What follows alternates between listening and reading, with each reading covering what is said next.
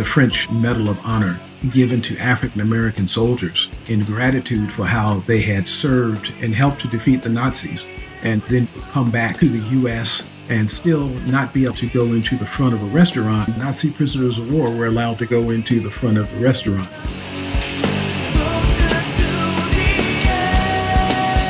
There's also the habit of thought that says, if you're so smart, why aren't you rich? There's the idea you turn upside down and the rich because they're smart. I'm not rich, it must be because I'm not. I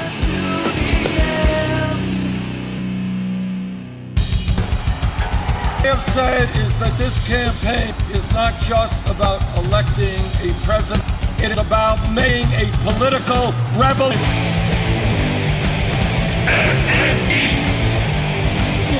Money for our children and borrowing from China. People are dying.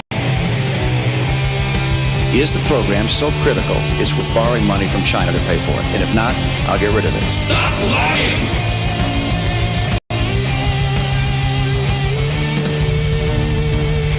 I want the truth!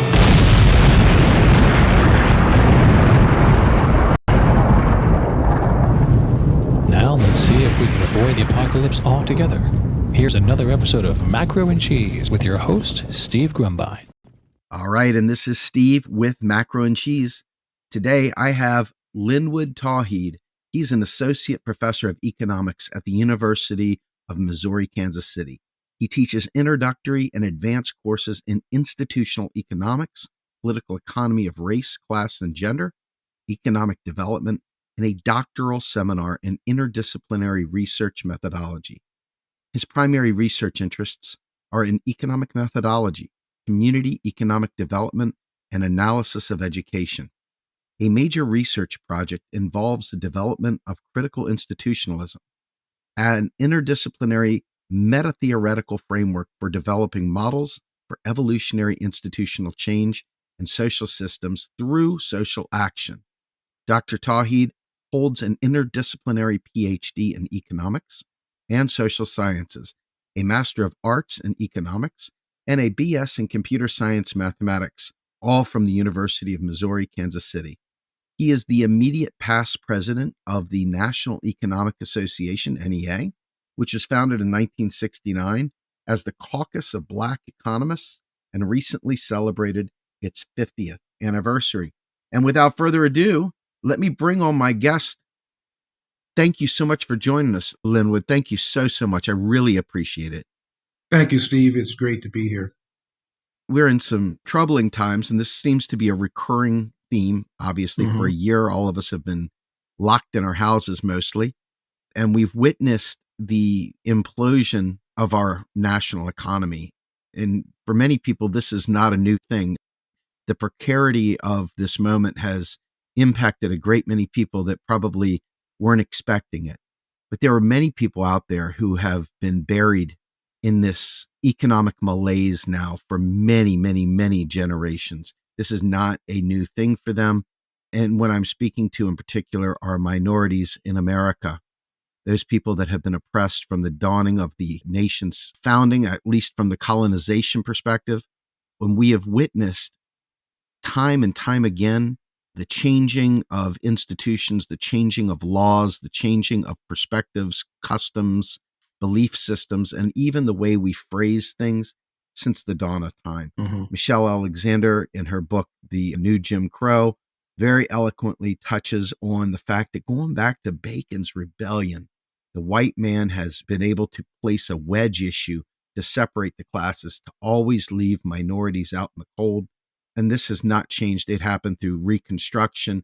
It has happened throughout history, through the Industrial Revolution, and even to this day as we suffer through COVID-19 pandemic. And that's why I brought Linwood on, because Linwood is an institutionalist. And this is an area that I have not explored myself personally. And it is so exciting to have someone on that does have that perspective. So with that long-winded explanation, tell us a little bit about yourself and how what you do plays into what I said. So yes, as my bio indicates, I am an institutional economist.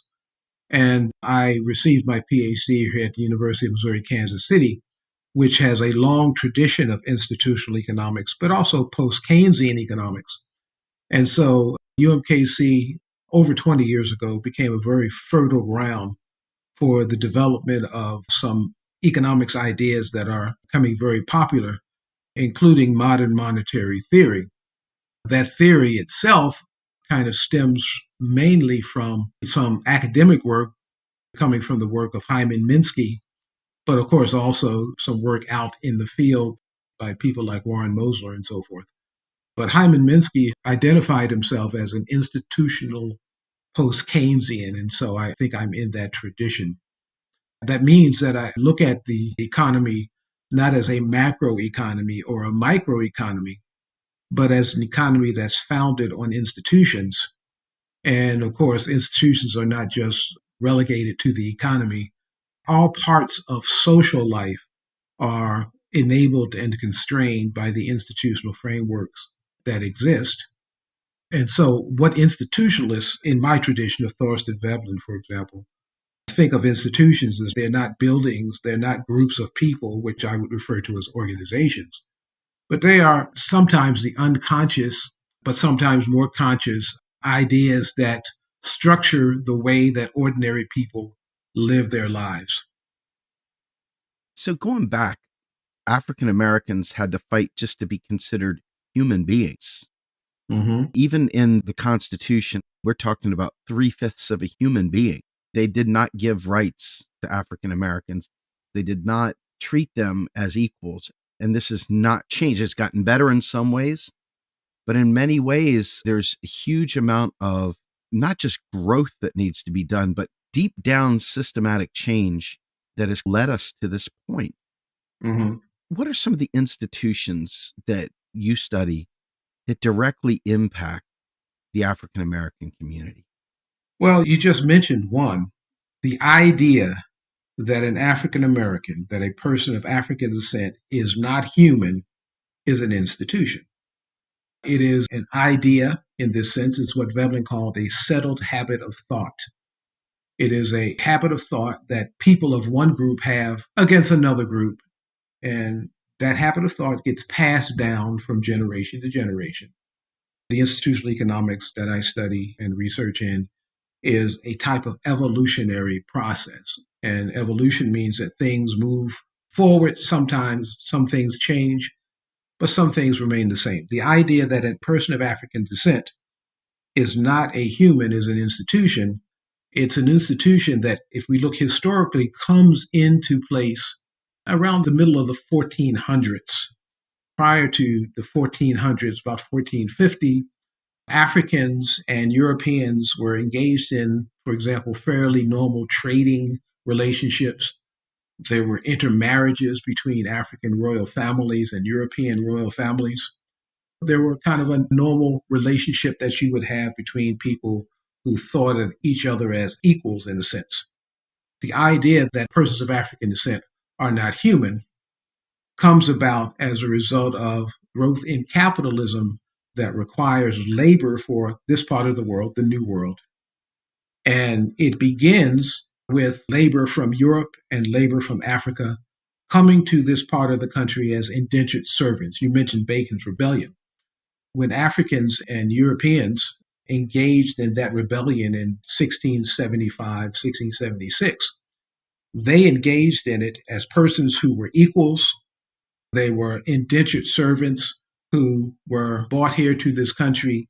And when they paid out their indenture, they became free. That was whites and persons of African descent. What Bacon's Rebellion did, when that group of indentured servants rebelled against their treatment, and they collectively rebelled, they rebelled together. The idea of separating them was a divide and conquer scheme in which the whites were given their redress and their conditions were improved, but the persons of African descent who were indentured servants were therefrom to be considered permanently enslaved. And so they were no longer indentured. They couldn't work their indenture off and become free again. They were put into another category. And in order to justify that, the idea that these persons were not human was invented as a habit of thought to justify the enslavement, the permanent enslavement of persons of African descent. And so we call that a change in the institutional structure. From before, Africans and Europeans, particularly poor African and Europeans, right, were considered of the same type of person, just poor people who needed work. After Bacon's Rebellion in Virginia, Africans were considered less than human. And that institutional change created quite a bit of structural inertia for the development of a slavery economy in the United States. And so don't think of institutions, at least from my point of view, as a thing like the Federal Reserve Bank. That's an organization from my point of view. Institutions are much smaller, and we combine institutions together to create the processes that enable or constrain what people can do. Bacon's Rebellion, the idea that African Americans, persons of African descent, were not human, enables whites to benefit from their labor, and it constrains blacks from benefiting from their labor. You look back at the Saint-Domingue uprisings in Toussaint, that whole mixture with the French Revolution, and then the hatred between the French and the British and fighting going back and forth. The French, during their revolution, had outlawed slavery. And yet here we are with Saint-Domingue being a French colony and having that entire structure bleeding out any kind of potential for real meaningful change there, which history tells us didn't last long. But that said, that relationship between the French and their monarchy and the idea of slavery, all these institutions, as you call them, are shifting and changing. The people are seizing power once again. They're envisioning a different world that they had never been involved in. They had never been able to make decisions. They had been under a serf type of scenario. They had been indentured servants. They had been working on a farm or part of a master's plot of land, so to speak. And now all of a sudden they were creating rules and laws and institutions, new customs, new ideas, downing the church, etc. And clearly there was still something driving them that made them maintain slavery in Saint-Domingue. And you see how that crept back up through the Louisiana Purchase and all the other stuff that was tied to that particular period of time. It kind of set the stage once again, because the French were ever present supporting the U.S. in various endeavors against the kingdom of the UK, the British Empire. I'm curious as to how you see the international view of these institutions versus just the domestic view of those institutions. How much of that bleeds over and is global now versus how much of it, looking back even, obviously there was no internet, there was very limited travel, it took months to travel the seas to get back and forth. But clearly with time and distance curtailed by technology, have you seen a bleeding over of those institutions globally now? Are they still localized? And how would you say that impacts the lives of African Americans, both in the United States and globally? Well, that's a very good question. If we look at, for example, differences between the way that the French population interacted with persons of African descent, particularly African Americans, let's say during World War II. African Americans in this country, of course, during World War II became soldiers and went to Europe to fight. There were medals of valor and, I guess, gratitude, the French Medal of Honor, given to African American soldiers in gratitude for how they had served and helped to defeat the Nazis. And then you had situations where African American soldiers would come back to the US and still not be allowed to go into the front of a restaurant when German prisoners of war, Nazi prisoners of war, were allowed to go into the front of the restaurant. And so we have differing habits of thought, and I'll continue to use that way of talking. We have different habits of thought in terms of the humanity of persons of African descent in Europe and in France. And for me, I think part of that certainly goes back to the French Revolution itself, in terms of the idea that that was very much a revolution between the poor against the rich. It was a class-based revolution. Whereas the American Revolution is a revolution of the very well off in this country against the monarchy, the very well off in Britain. And so it wasn't a revolution that was based on freeing the poor. It was a revolution based on freeing the rich. And I think if you follow that stream of thought from the French Revolution and the difference between the American Revolution, you get in France an idea that fraternity, liberty, and equality were at least things that the French thought about, and it made it easier for them to think of Africans from the United States or from Africans, and that fact, as the possibility of being citizens. The U.S. went a different path. When this country was founded, 1776 in the war, and the Constitution in 1787, Africans in that document were not considered to be full citizens. We were considered to be three-fifths, and three-fifth allocation only came so that the southern states could use our population for their political empowerment. The population determined how many representatives you could get. But still, I mean, it was only in the Constitution for that purpose. It wasn't in the Constitution that we were be considered as full citizens. All men are created equal did not include us. And so we have two empires, one of British ancestry and then the French, that actually began to think of Africans and persons of African descent in different ways. And so we get those results that move through history because institutions or habits of thought or how people think about people, as an example, is going to be passed down from one generation to the next, to the next, to the next. And those things do affect how laws and custom is formed later. I hope that wasn't too involved of an explanation, but it is a very involved topic. I asked you an involved question. You can give me the most involved answer you've got. This is fascinating stuff to me. Something that I think is important. Collective well-being, collectivism is baked into the Constitution on one hand. It looks like it anyway, at least superficially, the good of the people. Mm-hmm. But in reality, it was defending wealth. It was defending capital. It was defending private property.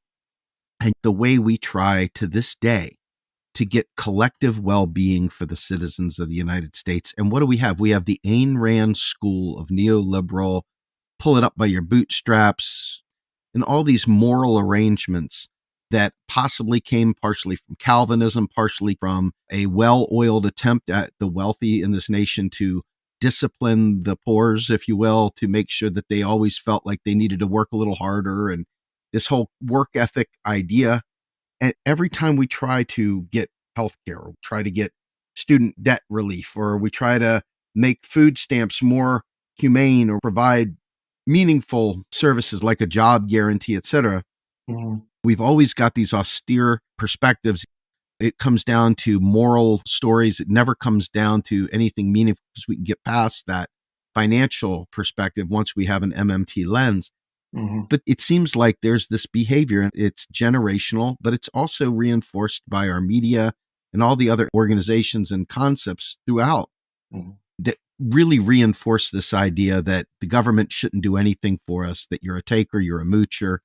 Mm-hmm. And this mindset has really been pervasive. And I believe a lot of it, aside from the fact that it's capital wants to make a buck off of us, and if it's taken care of by the state, they can. Or they can't do it in the devil may care way that they would be able to do as long as it's privatized. There seems to be a mental logjam in this entire nation. Really, it's starting to become around the world as we export this belief. But I believe it is largely directly tied, this racism, to the concept of not wanting to see African Americans have nice things. Mm-hmm. And this whole racial hatred is so baked into these pushbacks.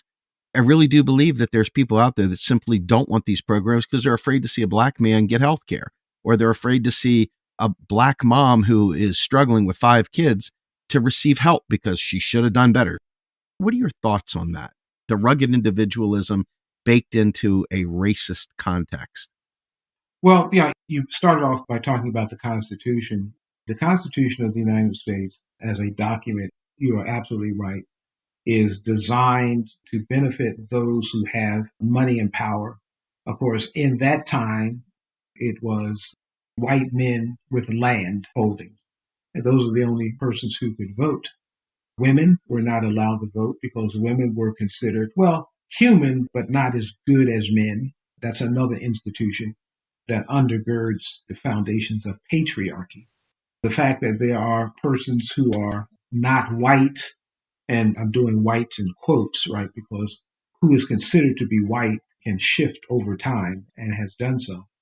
But those who are white, if they're put into opposition with those who are not whites, it provides another divide and conquer strategy for those who have land and have wealth and have power to make sure that the working class, the poor, don't coalesce and realize that they've been duped, that their work effort is actually being stolen by a group who, in fact, don't create the things that they create. They simply steal the wealth created by them. And so, in this context, within a capitalism, in which capitalists are wanting to organize systems so they can, as Veblen said, make a living without earning a living. Thorstein Veblen, again, the father of the institutional school of thought that I teach and research in, his first notable book was called Theory of the Leisure Class. And by the leisure class, he meant the persons in society who had, let's say, stocks and bonds, who had an income stream from that, and therefore did not have to do work. They could simply make a living but not earn it. They didn't have to do any work. It's called stealing the surplus. And that surplus, in order for it to continue on, needs to be supported by a number of, and I won't use the term institution anymore because we can get confused. I'll use the term micro institutions. There are micro institutions that need to be in place in order for the wealthy to justify their income. One of them, for example, happens every now and then when the president of the United States wants to have a tax cut that's going to benefit the wealthy. There's the habit of thought that comes along that says that, well, the wealthy are the jobs creators. And so if you want a job, then you have to give money to the wealthy and they'll reinvest that and you'll have a job. They'll grow their plant, you'll have a job. Now, the fact that that hasn't happened doesn't deter people from believing that that's true. And so that's a habit of thought. The idea that African Americans or persons of African descent are not equal, that women are not equal to men, that the government, the federal government, has to run its household on the same type of budgetary framework that we run our households is a habit of thought that allows the wealthy to continue to drain the surplus, to do what's called rent seeking, to drain that surplus away from the poor, to live much better. Jeff Bezos' wealth has increased, $75 billion in the last year during a pandemic. Insane. That wealth was, I'll use the term, stolen from the poor, or at least from his workers. It was stolen from his workers. You know, he refused to pay his workers hazard pay. He's refusing to provide benefits for them. He's standing in the way of a union being organized because any of those other things would decrease his wealth. And so you have these ideas, I call micro institutions, that can combine together to create a process whereby the rich can get richer and the poor can get poorer. And because they seem so natural, it's obvious that the federal government has to budget just like I have to budget. That's an obvious thing, right? Well, it's not obvious if you understand how money is created and what money is, but that doesn't become part of the general educational system. It's something that the wealthy know, but that the poor don't know. It's interesting. The more I think about this, and I've probably thought about this differently, but you've helped me come to a new understanding just in the short time we've been talking here. It seems to me that institutions, and I know that you're staying away from, but I want to use the term for this particular case. Sure. Institutions impact the viability of hope, the realm of possibilities, what you can accomplish, what you could possibly accomplish, and what would equal, quote unquote, being uppity, dreaming a better dream, envisioning being able to survive in a world where people don't hate each other and so forth. But they've really conditioned us to eat our peas and to suffer silently and to just accept that these problems are because we failed as people. We are a failure. What do you think the overall impact to society is for the law of diminished expectations that appears to be conditioned directly into the psyche of not just African Americans, but the American people that would equal the 99%, the labor force? The workers in this nation really have a lot of short versions of the truth that don't really give the full picture, and they live by these false constraints. What do you think's contributed to that, and how might we change those institutions? Well, I'm going to continue to speak in terms of micro-institutions. You had mentioned something in an earlier comment about Calvinism, a particular religious doctrine that is very much a doctrine about the punishment of God if we don't eat our peas. And there's also the micro-institution, the habit of thought that says, well, if you're so smart, why aren't you rich? There's the idea you turn that upside down, and the rich are rich because they're smart. And if I'm not rich, it must be because I'm not smart. And if I'm not going to be working 24 hours a day, then I'm not going to get ahead. That's out of that rugged individualism. That's out of that Calvinist and Protestant ethic idea that people believe. And when we believe those things, if we believe that we're not smart and that's why we're not rich, or if we believe that we don't work hard enough, that's why we're not rich, then it suppresses our sense of human agency. It suppresses our ideas about what we can become. And it allows the wealthy who don't work hard, who are not smart. I mean, we certainly have gone through an era of the last 4 years in which we had to question whether or not a person who was supposedly rich was also smart. The covers have been somewhat lifted on that. But these ideas are deep in American society. And they're used, for example, to differentiate the poor Black from the poor white, to allow the poor white person to believe that they're not quite as poor as the poor Black person, therefore they must be smarter or they must work harder, or that the poverty in the African American community or in the Native American community or the Latinx community is because these people are not sufficiently hard workers, they're lazy, or they're just dumb. And these ideas enable those who want to take advantage of our work and our labor to do so. And it constrains us in terms of our thinking about how we might change things. If we begin to realize that some of the rich are rich just because they were lucky or because they stole things from other people. They weren't smart, they were just devious. Then if we can see through that, then we can understand that perhaps our fate and the fate of our children is structured in a way to disadvantage them against those who have the advantage and will continue to use that advantage in their generations and the next generation to make their children and grandchildren even richer. And so I think there's certainly ideas in terms of class issues that overlap with issues in terms of racial issues. The same idea of who's smart and rich, or who's hardworking and wealthy and lazy and poor. They're all purpose ideas. They can be used to explain class difference or racial differences or gender differences or any other kind of differences. They're all purpose micro institutions in that sense.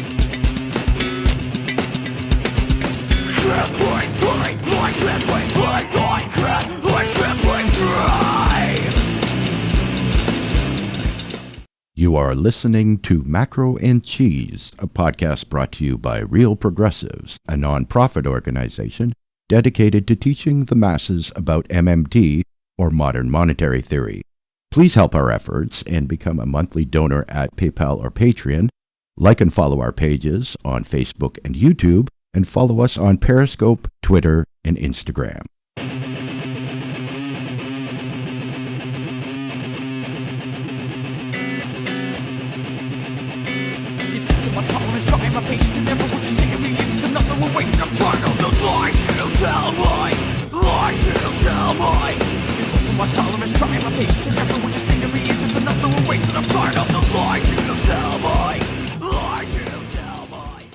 Malcolm X, he had a rough life. His father killed by racists. Mm-hmm. He went through life grifting in the beginning, and he went to jail and met some really important people. He learned some really good things. He said there was never a time he didn't have a book in his hand. He read the entire time he was in prison, came out having been through the Nation of Islam, and his whole world changed. And he started seeing things very differently. Right. Clearly, this is a change in agency.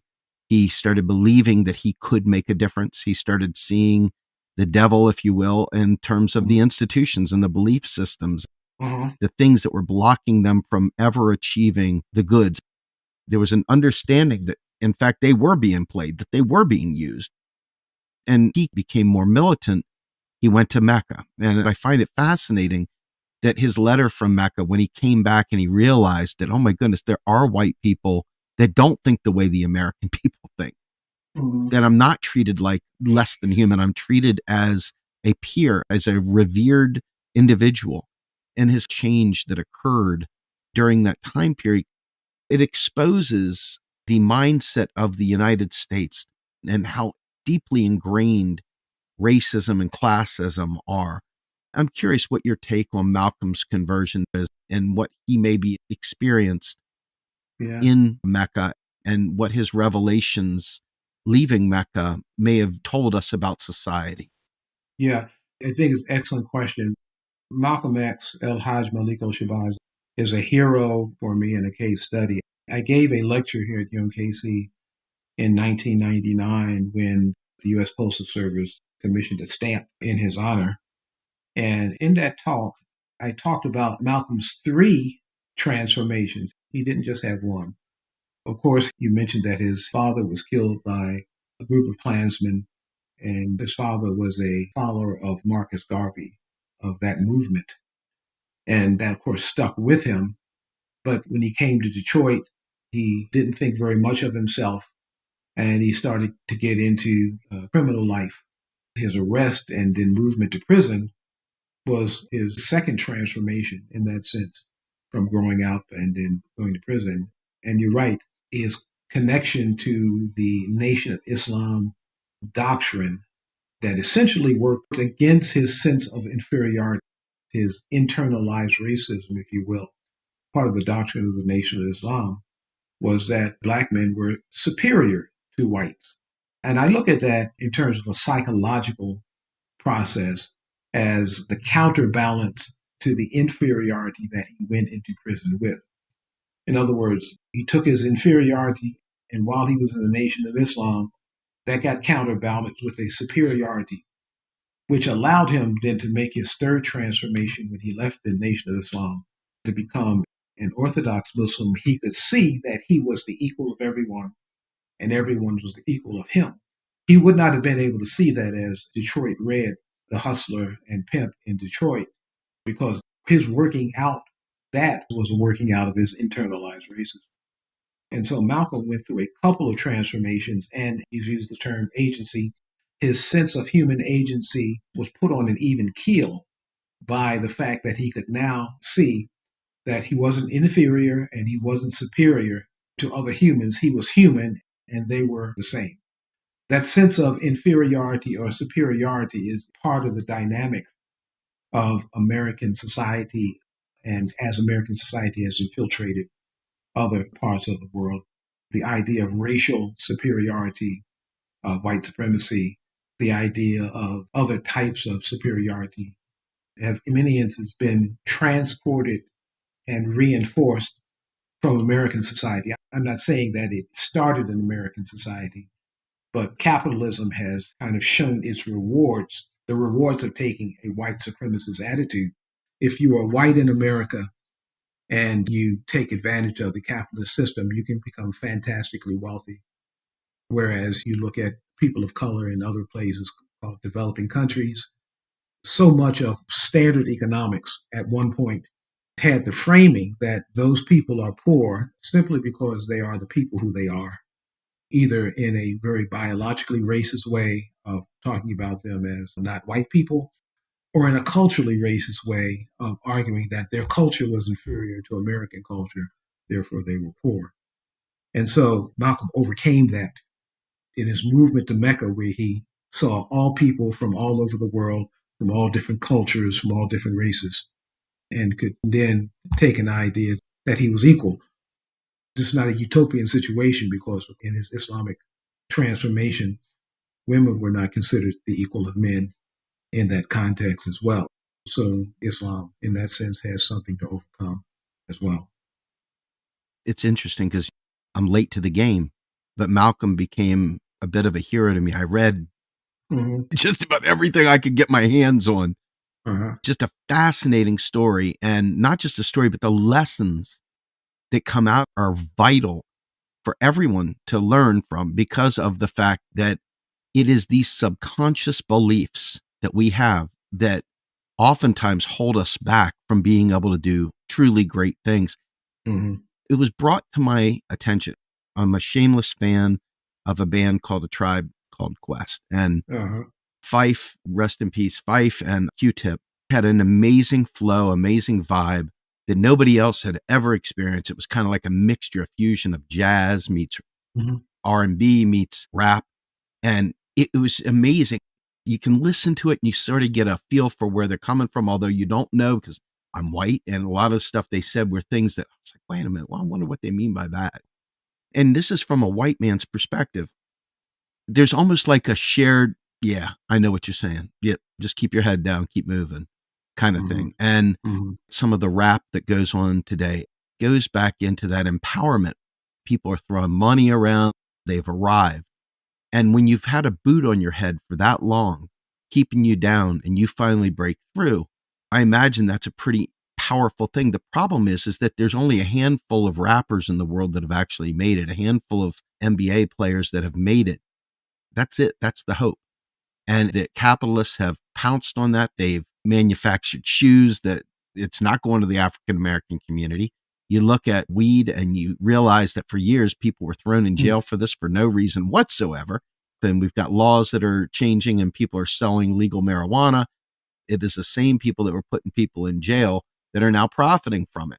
And the reason why I brought up A Tribe Called Quest is because I feel like there was this moment where you saw everybody enjoying the music. I listen to music all the time and it touches me, but it doesn't touch me that way. There was something special going on. It was like a code that I can't even tap into. And I wonder how we can bring about that kind of change, how we can leverage these tools for good. Because the next part of what I'm going to talk about is the economic side of this. This has largely been socio. We're going to bring the economic here in a second. But from a socio perspective, I can't even imagine waking up every day knowing that somebody hates me right across the street. They were doing a remembrance at the Apollo for Fife, who passed away from diabetes back in 2016. And Kanye, of all people, raised the point that you live in LA and everybody's got a mansion, everybody drives a $500,000 car. And he realized that all the people that were living that way were the white people that had stolen the black man's music. And he said, and they're sitting there in New York City where the real stuff is happening. And they're watching people just living their life on the corner trying to get by. And the white man, once again, is still profiting off of that product of Black America. It was powerful. And I never thought I'd say anything Kanye did was powerful in that sense. But it was. It was an eye-opener. And it's like every aspect of the Black experience has been stolen down to identity. I'm curious, what are your thoughts on the role of culture from hip hop and rap and things like that, expressing life on the street with reality? Is this a way of bringing about more of that Malcolm style, I can do this? What are we getting from this? What is the primary point? This is a wide-ranging, far-ranging discussion. It sure is. You're talking about the Tribe Called Quest. I would put that particular flow, even before that, I think about Arabi Rahim Allah in terms of his flow, who was very much a mentor of people like Q-Tip and Fife in terms of that flow. Now, we get into that era in which we now call that conscious rap or political rap. And that process was flowing, if you will, through not only African American social life, but also the social life of whites in this country as well. And the idea, the thing that's put forward for the development of something like gangster rap is that it is a process that came into place to disrupt that political consciousness and awareness that was developing, not only in the African American and Latinx community as hip hop and rap came out of New York, but it was also a way of creating a genre in which the white record producers could now get back in the game. And in terms of African American music, prior to that, you have the jazz scene, then you have the R&B scene. Motown was a different thing in terms of breaking into that popular music structure with a organization that was owned and controlled by African Americans. Of course, eventually it sold to Sony. But we get that movement from political rap, from conscious rap, into gangster rap. And it's promoted, it's everywhere. And it kind of turns off people's political way of thinking into more of an individualistic way of thinking. I think this theme of individualism is very important because it's the idea that when people are coalescing, when they are bacon rebelling against you, you have to do a divide and conquer situation, right? We have to stop them from collectivizing and turn them back to that individual selfishness.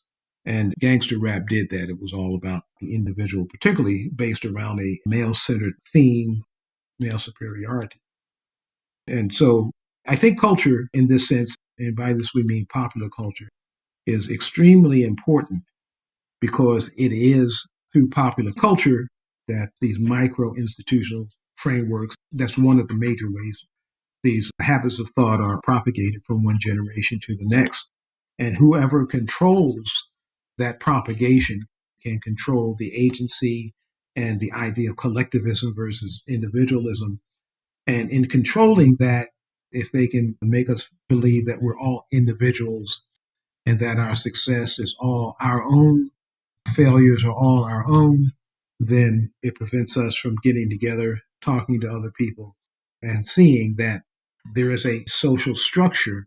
There are the sets of institutions that are designed to keep us in poverty, to keep us mentally in poverty, physically in poverty, economically in poverty, while some others can take advantage of that.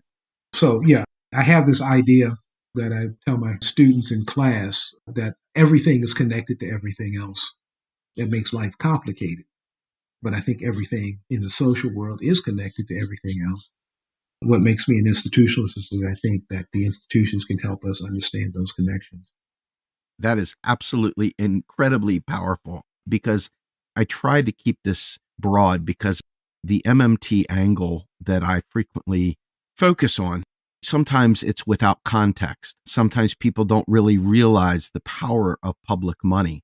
I would say 95% of the US population, even with a resurgence that has occurred in particular from Warren Mosler's book, Seven Deadly Innocent Frauds, and more right here, right now, Stephanie Kelton's The Deficit Myth. Mm-hmm. And this is such an easy concept. You play Monopoly, Mm-hmm. you already know the bank creates money out of thin air. But the affect, that whole concept of how we view money, how we view credit, how we view legal relationships between people, that has been, I think, intentionally butchered. And a more gracious way of thinking is we just haven't left 1971 behind. My thoughts here are the way we view money is one of these institutions. Absolutely. That particular institution of scarcity, the micro institution of if I don't mind my P's and Q's, I'm never going to make anything of myself. And if I need health care, it must be something wrong with me. We touched on that a minute ago. But the insights of understanding that we have a free-floating fiat currency, non-convertible, not pegged to gold, that we're just tied to the productive capacity of the nation. And there's nothing our government cannot purchase, including reparations. As long as it can be achieved and purchased in US dollars, there's nothing that we can't do. It's never a monetary phenomenon. It's a political will phenomenon, more in line with what we've been talking about here. It's an institutional thing. I'm curious as to your take on, within minority communities, what do you think would happen if, say, all of Black America was to suddenly come into contact with yourself and Delman Coates and others that have worked so hard, interdisciplinary approach to economics, and pulled the curtain back and said, guys, you've been lied to. There's more than enough money to clean up those city streets. There's more than enough money to make sure that these homes are not falling apart. First of all, I guess, where are we in terms of making that happen? How far away are we from an awakening? And secondly, what do you think the impact would be if people knew? Well, to answer the last part, I think we are getting closer and closer. I don't know where the tipping point is, but the growth of understanding, or at least interest in modern monetary theory, of course, has grown exponentially in the past decade. Much of that work, of course, is due to the outreach from people like Stephanie Kelton, who's been a champion of that. Her new book is an expression of that. And there is a large following out there among the general public. The UMKC blog that she started, and there are other blogs out there that carry MMT type of content, the things that Professor Bill Black does, the stuff that Michael Hudson does. These are persons who are very popular in the popular realm.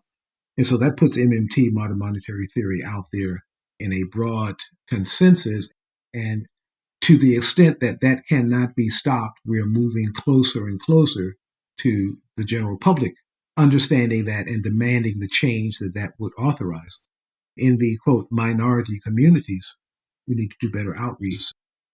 Reverend Coates' ministry, if you will, in that direction is very much a positive thing. Let me say something, because you've used the term minority community. For me, that is also a habit of thought. Some habits of thought conform with reality, but some are not. African Americans are a minority in the country, the people of African descent, and I don't want to use racial categories, but Black, brown people are not a minority in the world. And so to the extent that we have a larger view of populations, then calling yourself a minority, in a sense, diminishes your sense of agency. Talking about Malcolm, this was something that Malcolm, of course, talked about when he was a member of the Nation of Islam, and also, of course, when he left, that there are more people of color in the world than there are otherwise. And so the term minority always bothers me, but I understand the context. We're talking in the U.S., and there are minorities in the U.S. Then we have this strange term, majority minority. By 2050, the country will be majority minority. What that means, it will be minority white, That's right. And so even continuing on calling us minorities diminishes the impact that we have. Now, back to the idea of MMT and reparations. I'm a big supporter and admirer of the work that my colleagues, Sandy Darity, William Darity, and Kirsten Mullen have done in their book, From Here to Equality. I think they've set the right tone economically for reparations. Most of the reparations movement work that's been done, that's been out there for decades, has been done from either the legal community or the activist community. And this is not the first economic work that's out there. This book is very much built on work that was done by another Black economist named Richard America. He wrote a book called Paying the Social Debt, I'm thinking 1980 or something like that. But Sandy's and Kirsten's book is getting lots of play. They're doing lots of interviews, and they're doing those interviews with regular people, not among academics, but with people out there in the community. And their estimate that the reparations bill, if you will, is somewhere between 10 and 12 trillion dollars. That's a lot of money. Had this book come out 2 years ago, or even a year ago to this date, the idea that 10 to 12 trillion dollars would be an impossibility. And then we had COVID, we had a CARES Act that was over $2 trillion. The Federal Reserve Bank was authorized to create as much as $4 trillion in terms of its bailout program. So now we're talking real money. And people are looking at the Federal Reserve and understanding that they created these facilities to create no interest loans for financial institutions, and there was not an increase of $1 in the federal debt as a result of doing that. And so, in the practical world, MMT and what MMT had predicted and expected to happen makes it even more understandable by, quote, the general public. And so MMT has gotten a boost from COVID relief funding. And we are also, of course, going into other kinds of crises with climate change and infrastructure and these other kind of things that are going to take $1 trillion allocations in order to get those done. What we can't do is allow people to say that we spent so much in COVID relief, now we can't cancel student debt. There's no money, right? Mm-hmm. The idea now is that we can pay for anything that we can resource. If the resources are out there, we can pay for it. So there's no need for unemployment. We could have a job guarantees program because we can pay for it. We can have a Green New Deal because we can pay for it. We can have Medicare for all because we can pay for it, because paying for it is not the issue. The issue of Medicare for all is, do we have enough medical professionals and facilities to provide the services that we're going to need? That's the resource constraint. If we have no resource constraints there, enough doctors, nurses, physician assistants, and so forth, we can pay for it.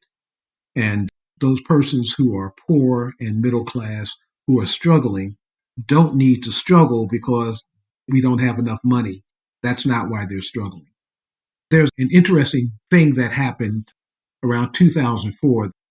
The Treasury Secretary, his name was Paul O'Neill, who wrote a book about his experience in the Bush II White House.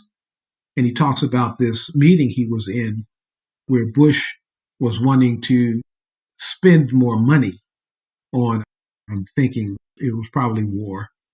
And O'Neill pushed back and said, no, we can't do that. We'll increase the deficit. And Dick Cheney, in the book, O'Neill says that Dick Cheney told him that Reagan's proved that deficits don't matter. So the wealthy and the powerful understand that money is not a problem. And the money that's spent in warfare goes through the military industrial complex and comes back to Halliburton, Cheney's company, and other companies. So that's an MMT insight. Deficits create wealth in various places. What we want is a deficit that's going to create wealth for ordinary people. And if you understand that, then money is not a problem. It's interesting because another belief that we're up against is the deification of the wealthy. The idea that we need the wealthy's money to afford to do nice things. Right. By that thinking, Delman Coates said it great in our national outreach call last night. He basically said, if you keep carrying that water for that lie, then that means that we need the rich to stay rich because we can't fund anything without them. And I just thought, wow, now that's a paradigm shifting concept. Hey, you want to keep the rich rich, keep deifying them. What is your take, if you will, on the role of wealth in countries in general in terms of how we view what is possible and what is not? You've got so many rich guys, so unbelievably wealthy, but if they died tomorrow and all their wealth vanished, it wouldn't even impact us at all if we had a government that understood MMT, correct? Oh, absolutely. If they were to disappear from the face of the earth and the money that they had was locked in the bank accounts because nobody knew the password, we'd just go on with our lives as if they had never existed, you know. There's the scenario that I think about in terms of something like Social Security. So talking about a practical idea that we're going to run out of money. We're supposed to run out of money in Social Security in 2035 or something. And I kind of think about this thought experiment. Let's say we have the Treasurer of the United States, Secretary of the Treasury, who on one day at the end of December says, we've run out of money. We can't make any Social Security checks in January. Can't send any out. And then some hacker from, let's say, Anonymous, hacks into the Treasury and puts the billions of dollars necessary to send out the January Social Security checks. Just puts that into the system. It's just ones and zeros, as Warren Mosley has pointed out to us. You come back in January and you say, well, I thought we were broke, but here's the money, let's send it out. What happens in the economy? Nothing. On the other hand, if you say at the end of December, we don't have any money, and you don't send those checks out in January, what happens to the economy?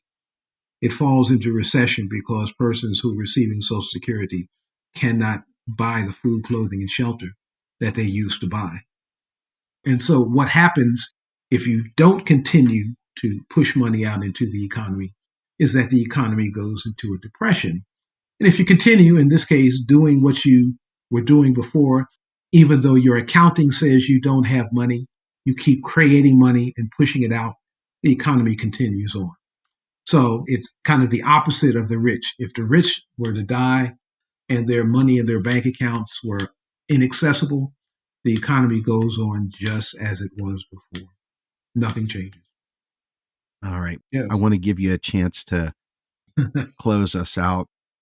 As an institutionalist, what would be some of the things you would tell our listeners to look at? What are some of the key insights that as we walk away from this broadcast that they might want to go digging into to help facilitate their growth and their ability to attack some of the problems we're facing? As we were talking, I wrote down something I didn't get a chance to mention. Adam Smith is always put up as the hero for the conservative point of view. But Smith was more complex than that. And Smith and the Wealth of Nations had a couple of things that would perhaps surprise some of the conservatives who think that he's a hero. One of the things that he said was landlords, like all other men, like to reap where they do not sow. So, in other words, there's a class of people, as we talked before, who want to get income for doing nothing. They want income just for owning things. And they don't have to do any useful work to do that. But as long as they have the private property access, then they can get an income. Well, the Marxian solution to that, and I'm not a Marxian, I'm an institutionalist. The Marxian solution to that is that no one should have private property. But there's another way you could think about this. Everyone should have private property. And everyone should have enough private property to have the income that they need in order to live a good life. So I think the idea and the possibility of, let's say, the employee stock ownership process or cooperative enterprises is something that will help us to understand that we can get the benefit of our labor. We don't need the rich to get the benefit of our labor. And that wealth as power is also something that Smith indicated. And so the wealthy become wealthy because they want power. And then when they get power, they use that to become more wealthy, to have more power. If you want to distribute the power, the ability to make decisions and control your life, you have to spread the wealth out as well. And we had a discussion about reparations, and reparations on an economic basis is about equalizing the wealth between African Americans who are descendants of slaves and whites. That wealth gap is estimated at about $150,000 per person of significant wealth. And that's a power vacuum. African Americans have less power to control their lives than whites because there's a great wealth difference. And so reparations becomes not just an economic struggle. It's always been a political struggle, but it becomes an economic struggle. And it is certainly an issue of economic and social justice.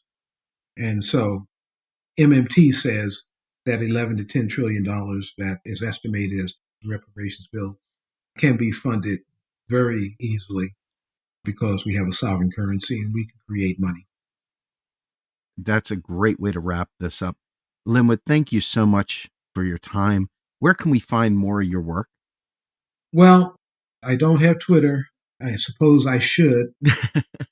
Should get Twitter. I've been asked that question a couple of times recently. But right now, you can't find anything anywhere except, I guess, if you Google my name, I'll show up with some articles and some things that I've written. So I guess that's the way to do it. All right. Well, look, it's great. We got to meet on a radio show ourselves. Yes, yes. Sputnik Radio with Political Misfits. Right. I was impressed with you then. I'm even more impressed with you now. You're just a wealth of information. This was a challenging interview, man. It was. We went everywhere. But I felt like this subject required more scope. To be too narrow, I think, would eliminate a lot of people's ability to find a place in our discussion to latch onto. And I just felt like there were some opportunities there. And I really appreciate your ability and willingness to go there. So for me, this was a fantastic interview. I really appreciate it. It was great. I really enjoyed myself. The topic was to be a wealth gap, but as I said, everything's connected to everything else. So wherever we go, it's all connected. You got it, man. Yeah. On that happy note, folks, my name's Steve Grumbine. I've got Linwood Tauheed on here with me as well. We're out of here. Have a great day, everyone. Macro and cheese. See ya. Bye-bye.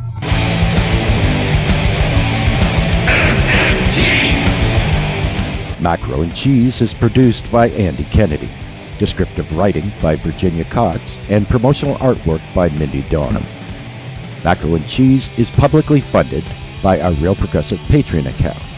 If you would like to donate to Macro and Cheese, please visit patreon.com/realprogressives.